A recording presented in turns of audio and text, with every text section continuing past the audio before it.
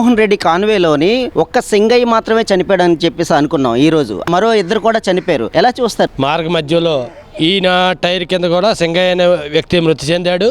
ఒక ఆయనకి అత్యవసర పరిస్థితుల్లో అంబులెన్స్లు ఉంటే ఈయన జగన్ రోడ్స్ వెహికల్స్ సైడ్ ఇవ్వక ఆసుపత్రిలో చేర్పించడం లేట్ అయ్యి ఒక ఆయన మృతి చెందాడు. ఒక ఆయన సొమ్మసిల్లు పడిపోయి చనిపోయాడు. ఇంతకన్నా దౌర్భాగ్యం ఇంకోటి ఉండదు.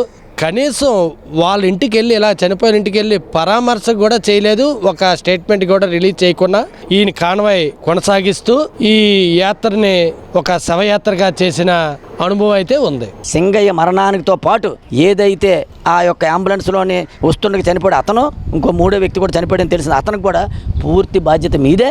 మీరు వారికి నష్టపరిహారం ఇవ్వాలా అంటే రూపపాపే కాదు, నష్టపరిహారం భారీగా ఇవ్వాలా. దానికి ప్రధానమైనటువంటి స్వత్వతాలు పాత్రలు మీరే. దాని ప్రభుత్వం చర్యలకు, చట్టం చర్యలకు మీరు బాధ్యులని చేసుకోవాలి.